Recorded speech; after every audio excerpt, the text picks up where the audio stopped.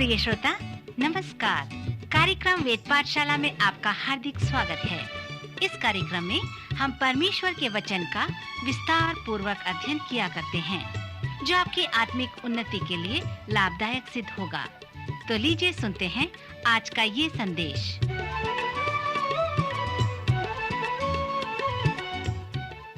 प्रिय श्रोता मित्र, वेद पाठशाला के अगले कार्यक्रम में हम पुनः आपका स्वागत करते हैं। इस सर्वेक्षण में हम चाहते हैं कि संपूर्ण पवित्र शास्त्र का परिचय व रूपरेखा हम आपको दे दें और साथ ही साथ परमेश्वर के वचन का प्रयोग अपने व्यक्तिगत और आत्मिक जीवन में लागू करें। और इसके साथ साथ हम पवित्र शास्त्र के अनेक पुस्तकों, उनके पदों और बाइबल के विभिन्न विषयों जैसे विवाह, परिवार और प्रभु यीशु मसीह की शिक्षा पर हम मनन करते रहें। इन दिनों में हम नबियों के विषय में अध्ययन कर रहे हैं। बड़े नबियों के विषय में जो पहले नबी हैं वो यशाया है। जैसे पहले मैंने आपको बताया था कि नबियों की पुस्तक दो भागों में विभाजित है। पहला नबियों की बड़ी पुस्तकें और दूसरा नबियों की छोटी पुस्तकें। मित्र, इसका मतलब ये नहीं है कि बड़े नबी विशेष लोग हैं और छोटे नबी साधारण लोग हैं, पर ये इसलिए छोटे बड़े हैं क्योंकि बड़े नबियों ने अधिक वचन लिखा और छोटे नबियों ने कम वचन लिखा है। इसलिए बड़े नबियों ने स्पष्ट रूप से वचन को समझा कर लिखा है। जैसे हम बड़े नबियों के विषय में विचार करते हैं तो यशाया की पुस्तक सब नबियों की पुस्तकों से बड़ी व लंबी पुस्तक है। इसमें 66 अध्याय हैं। श्रोता, जैसे हम यशाया के जीवन व उसके भविष्यवाणी का सर्वेक्षण करते हैं तो हम उसके विषय में भली भांति जान सकते हैं। पिछले चरण में मैंने इसके शीर्षक को बताया था और इसे नबियों की रूपरेखा कहा था। यह एक अच्छा शीर्षक है क्योंकि यशाया और उसकी भविष्यवाणी अच्छे हैं। यशाया यहूदियों में से एक कुलीन वर्ग का था। परंपरागत तौर से हमें पता चलता है कि राजा उजिया व राजा योआस के साथ यशाया का संबंध था और उसका मतलब ये था कि राजाओं की उपस्थिति में भी यशाया का स्थान आरामदायक था। सो जैसे कि परमेश्वर ने यशाया को बुलाया था तो उसका पृष्ठभूमि बहुत ही अच्छा था। ऐतिहासिक समय के मध्य जब नबी लोग लगभग 800 से 400 बीसी के समय अपनी सेवकाई कर रहे थे तो उस समय अनेक सांसारिक शक्तियां थीं। जब बाबुल के वासियों ने अश्शूर पर विजय प्राप्त किया और फारस मादिया ने बाबुल पर विजय प्राप्त किया, फिर ग्रीस ने फारस को जीत लिया, तो इसे जानना बहुत महत्वपूर्ण है। जिस समय अश्शूर ने पूरे संसार की शक्ति से उसके साथ शासन चला रहा था, उस समय यशाया वहां पर जीवन व्यतीत कर रहा था। अश्शूरियों का जो राजधानी था वो नीनवे था। जिस समय अश्शूर ने उत्तरी राज्य पर आक्रमण किया और उसकी राजधानी को जीत लिया, उस समय वहां पर यशाया रहता था। फिर उत्तरी राज्य के जो 10 गोत्र थे इस्राएल कहलाए और वे बंधुआई में ले लिए गए। वो इस्राएल के खोए हुए गोत्र के नाम से जाने जाते थे। फिर उनके विषय में हम और कुछ नहीं सुनते। यशाया के अनेक संदेश उत्तरी राज्य के लोगों के लिए चेतावनी थी और अश्शूरियों का जो हमला उन पर हुआ था वो एक प्रकार से उनके पापों के लिए जो दूसरे ईश्वरों की उपासना करते थे, उनके ऊपर परमेश्वर का न्याय आ रहा था। जब अश्शूरों ने उत्तरी राज्य पर चढ़ाई की और उसे अपने अधिकार में ले लिया और साथ ही साथ उत्तरी राज्य के उन 10 गोत्रों को भी अपने अधिकार में ले लिया, तब अश्शूरों ने दक्षिणी राज्य की ओर मुड़कर उनके ऊपर भी धावा बोल दिया और उन्होंने यहूदा के 46 शहरों को भी अपने अधिकार में ले लिया। फिर अश्शूरों की सेना यरूशलेम के द्वार पर पहुंचकर लगभग 2 लाख लोगों को अपने अधिकार में ले लिया। यदि अश्शूरों ने यरूशलेम को जीत लिया होता तो वे दोनों राज्य को अर्थात उत्तरी तथा दक्षिणी राज्य को अपने अधिकार में ले लिए होते। सो किसी भी तरह से जब अश्शूरों की सेना यरूशलेम के द्वार पर पहुंचे तब यशाया एक नबी होने के नाते वहां पर प्रकाशमान हो गया। यहूदा के दक्षिणी राज्य के राजाओं के समय एक अच्छा राज्य था जिसका नाम हिजकिय्याह राजा था। हिजकिय्याह एक आत्मिक व्यक्ति और महान प्रार्थना योद्धा था। हिजकिय्याह ने 10 भजन भी लिखे हैं। जब अश्शूर ने यरूशलेम के फाटक के पास प्रवेश किया, तब उनका सेनापति उन्हें बड़े आवाज से पुकारने लगा, जो शहर की रखवाली किया करता था। मित्र, यह घटना मुझे उस समय की घटना को स्मरण दिलाता है कि जब गोलियात ने इब्रानी लोगों को ललकारा और दाऊद ने उस संग्राम को अपने पक्ष में ले लिया।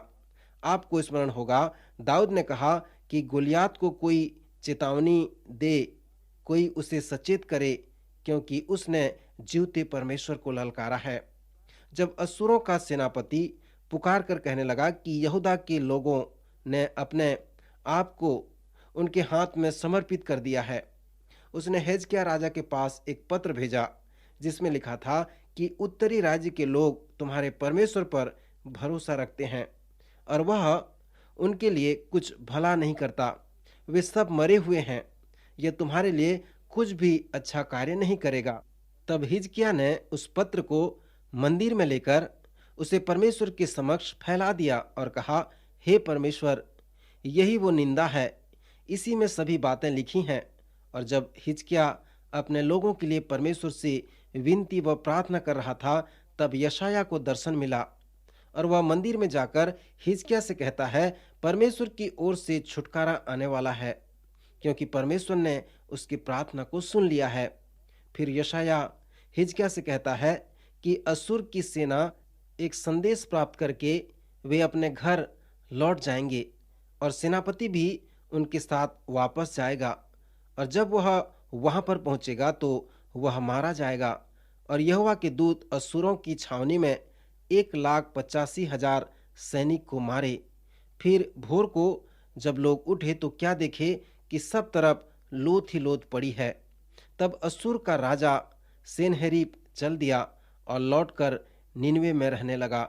सो यहाँ पर हम यशायाह के भविष्यवाणी को पूरा होते हुए देखते हैं। यदि यशायाह की सेवकाई का असर यहाँ नहीं पड़ता तो अश्शूर के लोग उत्तरी व दक्षिणी दोनों राज्य को अपने अधिकार में कर लेते। यहाँ पर यशायाह अपने बहुत बड़ा नमूना देता है। उसने उस सत्य को बता दिया कि बाबुल अश्शूर को जीत लेगा और दक्षिणी राज्य को भी जीत लेगा, और इसके होने के पहले वह 150 वर्ष तक उन्हें बंधुआई में ले लेगा। उसने बाबुल की बंधुआई से उनका वापिस आने के विषय में भी उनकी भविष्यवाणी की। पवित्र शास्त्र में यशायाह की भविष्यवाणी की सेवकाई एक बड़ी सेवकाई है। बाबुल को फारस अपने अधिकार में लेने के 150 वर्ष पहले यशायाह ने भविष्यवाणी की थी कि फारस बाबुल को अपने अधिकार में करेगा, उसे जीत लेगा। यशायाह ने फारस के सम्राट का नाम कुस्रू महान करके रखा। उसे कुस्रू महान नाम देने के पश्चात यशायाह ने उसके लिए भविष्यवाणी की कि तू इस प्रकार का कार्य करेगा कि वह यहूदा के लोगों के लिए संभव हो जाएगा। वे बाबुल से वापस आकर अपने शहर, अपने मंदिर और अपने देश का पुनर्निर्माण करेंगे। श्रोता मित्र, पवित्र शास्त्र में नबियों के संबंध में यह एक अच्छा उदाहरण है। सो जब आप यशायाह के सेवकाई के सारांश को देखते हैं तो आप जान सकते हैं कि यशायाह का उत्तरदायित्व यहूदा के छुटकारे के लिए था। उसकी सेवकाई द्वारा अश्शूर की सेना यरूशलेम के फाटक से वापस चले गए थे, और यद्यपि इसके होने के पहले यशायाह की भविष्यवाणी पूरी हुई जो बाबुल से यहूदा के छुटकारे के लिए थी, और उसके इस कार्य से लोगों के लिए यह संभव हो सका कि वे वापस जाकर अपने मंदिर, शहर व अपने देश का पुनर्निर्माण कर सकें। सो जैसे आप इस व्यक्ति के जीवन व सेवकाई पर विचार करते हैं तो आप समझ सकते हैं कि क्यों यशायाह को नबियों का राजा कहकर प्रस्तुत किया गया है। सो यशायाह एक प्रतापी प्रचारक के रूप में जाना जाता है। प्रभु यीशु मसीह के अनुसार जो स्त्रियों में से जन्मा है वह यूहन्ना बपतिस्मा देने वाला सबसे महान भविष्यवक्ता ठहरा है। जैसे हम लूका रचित सुसमाचार में वर्णित उस घटना को देखते हैं तो यूहन्ना बपतिस्मा देने वाले ने यशायाह भविष्यवक्ता के वचनों का प्रचार किया। सो ऐसा लगता है कि यशायाह स्वयं एक बड़ा उपदेशक था। यशायाह लगभग 50 या 60 वर्ष तक प्रचार करता रहा। जब यहूदा में 5 राजा हुए और इस्राएल में 6 राजा हुए, उस समय की मध्य में वो वहां पर रहा। उसकी प्राथमिक सेवकाई यहूदा के लिए थी। यद्यपि उसने अशूरों द्वारा उत्तरी राज्यों में क्या क्या बीतेगा उसके विषय में बहुत कुछ बताया, फिर भी उसकी प्राथमिक सेवकाई और दर्शन यहूदा के प्रति था। यदि आप यशायाह के ऐतिहासिक महत्व को जानना चाहते हैं तो आप उसके प्रारंभिक पदों के भविष्यवाणी को पढ़ें। वह कुछ विशेष राजाओं के समय में सेवकाई किया। कुछ राजा तो अच्छे थे और उनके राज्य के समय यशायाह का प्रचार बहुत ही प्रभावशाली हुआ, पर कुछ राजा दुष्ट थे। उजिया एक अच्छा राजा था, हिजकिय्याह भी एक अच्छा राजा था, परंतु आहाज एक दुष्ट राजा था। मनसे तो एक बहुत ही दुष्ट राजा था।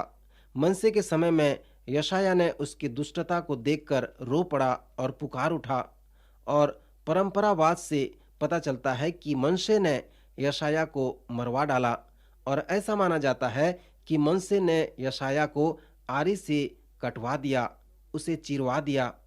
अनेक लोग विश्वास करते हैं कि इब्रानी 11:37 में जो वचन लिखा गया है वो यशायाह के लिए है, अर्थात पुराने नियम के कुछ विशेष लोग आरे से चीरे गए। कुछ लोगों का मानना है कि यशायाह की पुस्तक को अनेक लोगों ने लिखा है। वे विश्वास करते हैं कि इस पुस्तक के 2 लेखक हैं। एक वो है जो प्रथम 39 अध्याय को लिखा है, और दूसरा वो है जो अंतिम 27 अध्याय को लिखा है। कुछ लोग तो ये भी विश्वास करते हैं कि इसके 3 या 4 लेखक हैं, परंतु यशायाह की पुस्तक में जो एकता है, इससे मैं विश्वास करता हूँ कि इस पुस्तक का एक ही लेखक है।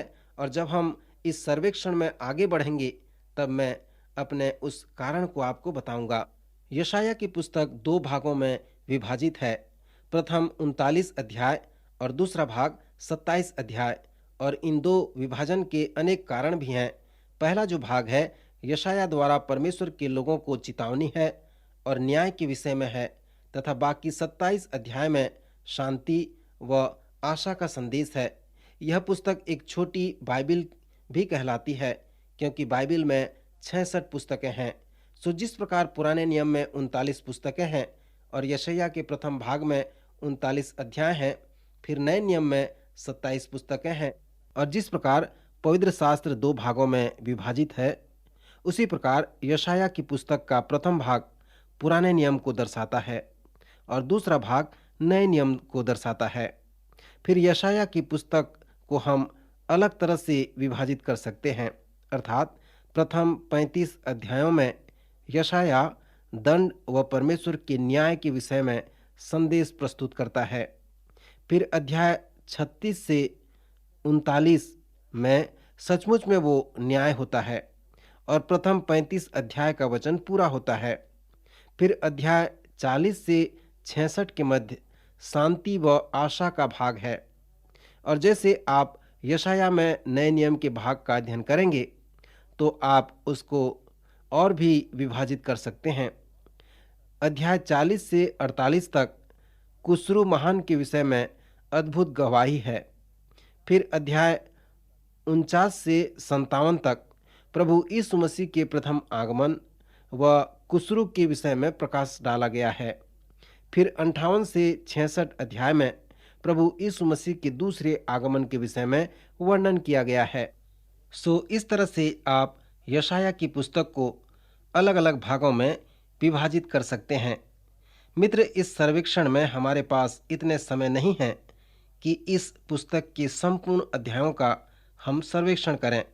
सो कुछ विशेष चुने हुए अध्याय हैं जिन पर हम मनन करेंगे, और वो इस प्रकार से हैं: अध्याय 5, 6, 11, अध्याय 40, 53 और 55 और अध्याय 61। यहाँ पर कुछ कालक्रम की समस्या है, क्योंकि यशायाह के संदेश इस पुस्तक में क्रमानुसार नहीं रखे गए हैं। जिस प्रकार से उसने प्रचार किया उस प्रकार से वो इस पुस्तक में रखे गए हैं। यिर्मयाह की पुस्तक में भी इसी प्रकार है।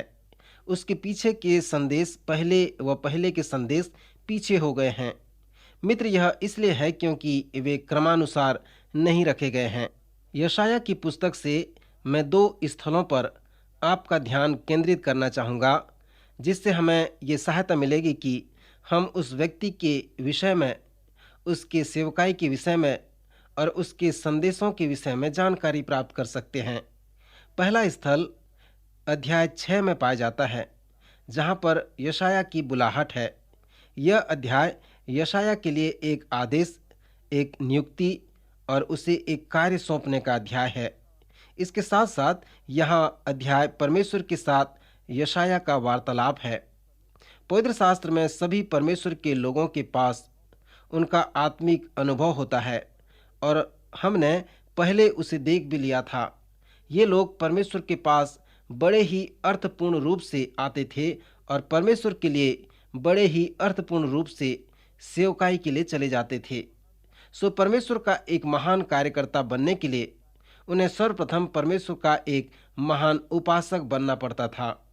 सो इस प्रकार हम पाते हैं कि उन सबों के पास अनुभव होते थे।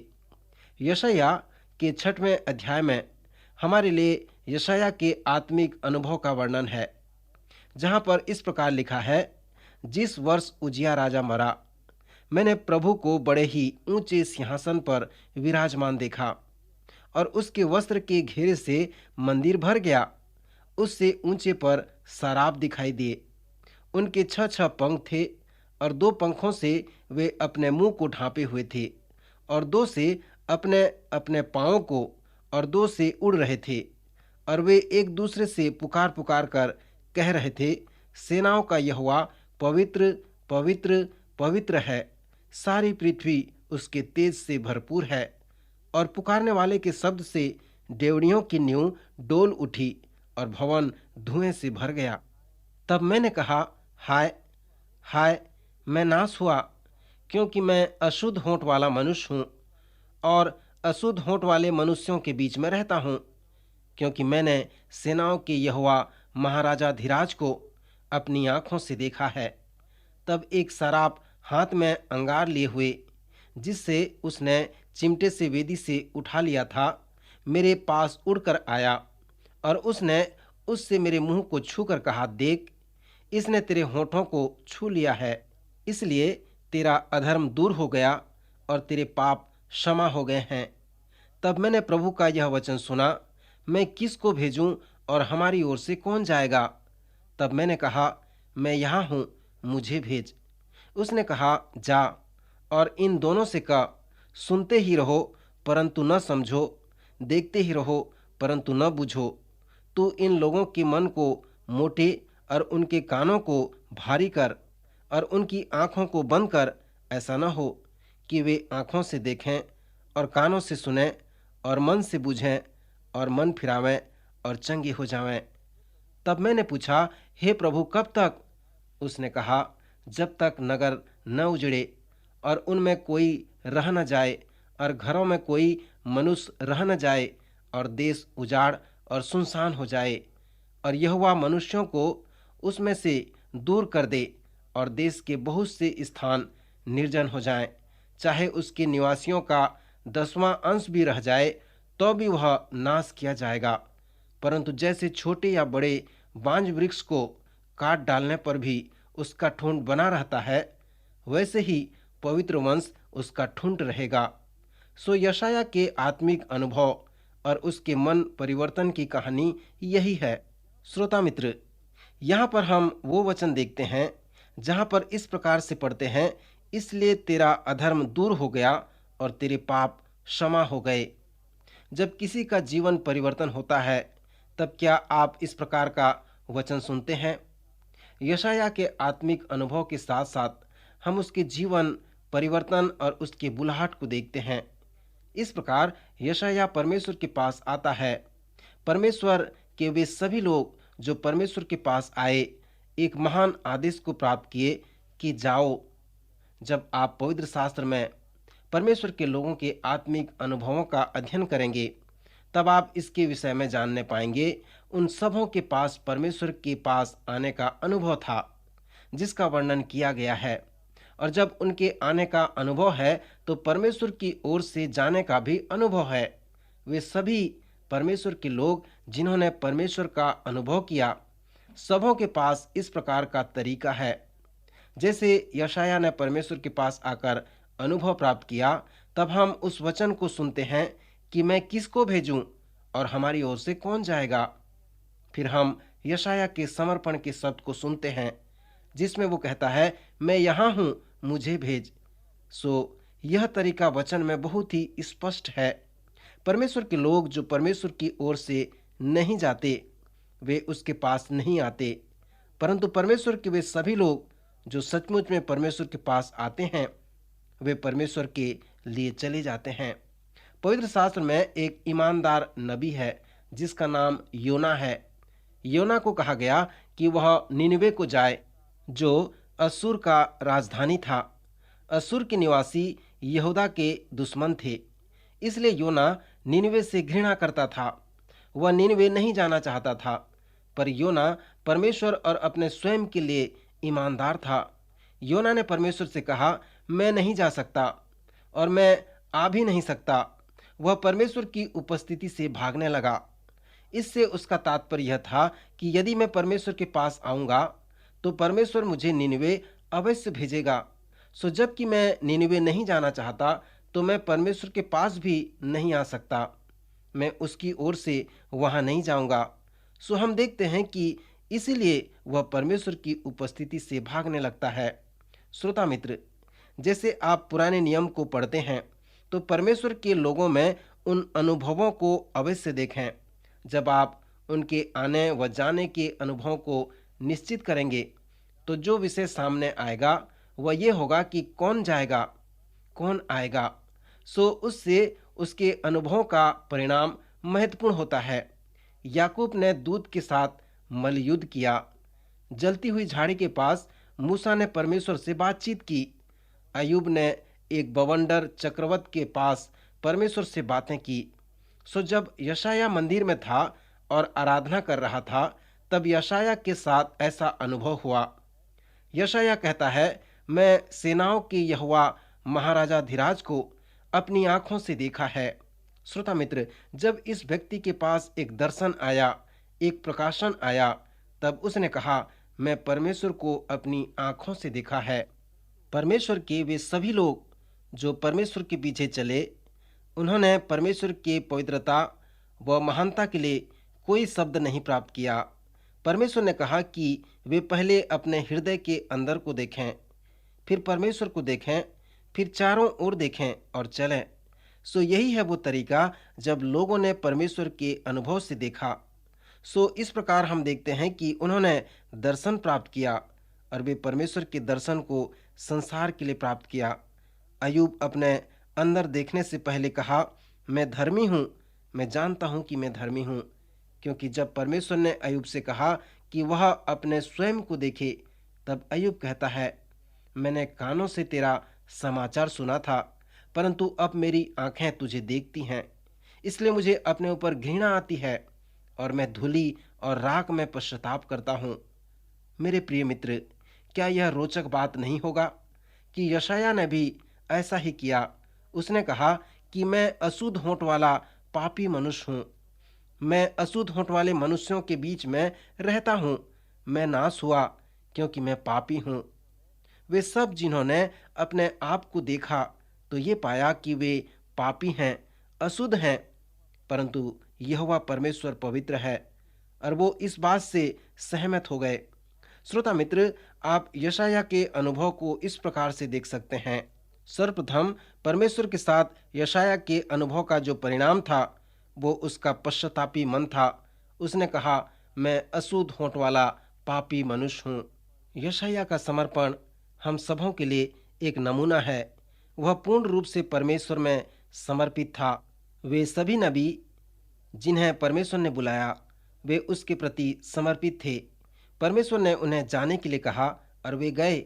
वे अपने कार्य व परमेश्वर के प्रति बहुत ही समर्पित थे। हमारे कार्य को फलवंत करना परमेश्वर का उत्तरदायित्व है, क्योंकि उसी ने हमें भेजा है। श्रोता, यशायाह के 6वें अध्याय को पढ़कर हमने पहला नबी के विषय में कुछ देखा है। यशायाह का एक महान नबी के रूप में हमने उसे जाना है। इस पुस्तक को पढ़कर हम प्रभु यीशु मसीह के विषय में भी बहुत कुछ सीखेंगे। अगले कार्यक्रम में अवश्य उपस्थित होवें। प्रभु आप सबको आशीष दे।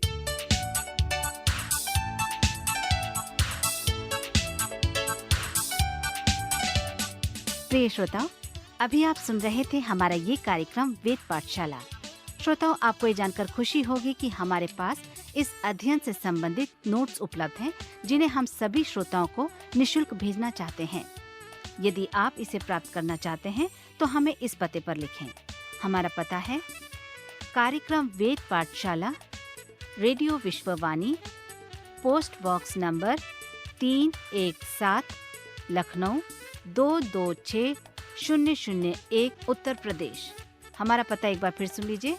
कार्यक्रम Ved Pathshala, radio Vishwavani, post box number 317, Lucknow 226001, Uttar प्रदेश।